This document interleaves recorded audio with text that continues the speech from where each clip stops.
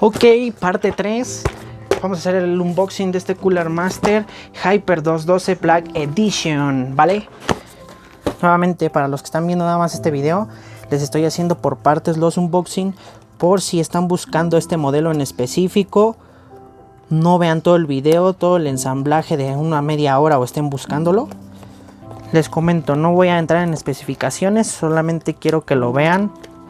Para los que están pensando en comprar uno o ya lo tienen en su carrito y quieren ver cómo es, pues aquí lo tengo, ¿vale?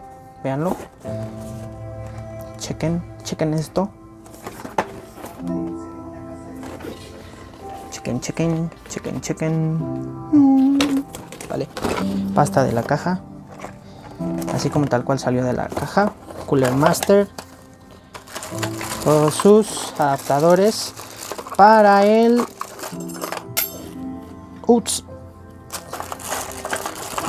para la nueva generación de Intel, del nuevo socket.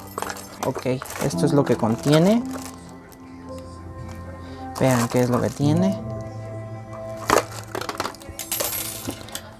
Vale, eso es lo que contiene.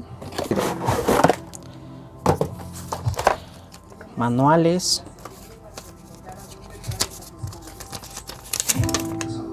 Garantía. Vean esto, chulada.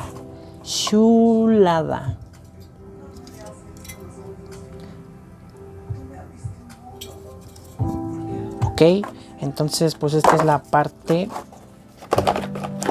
3 del unboxing de mi PC armada, ¿vale? Entonces lo que contiene ese es el Hyper 212 Black Edition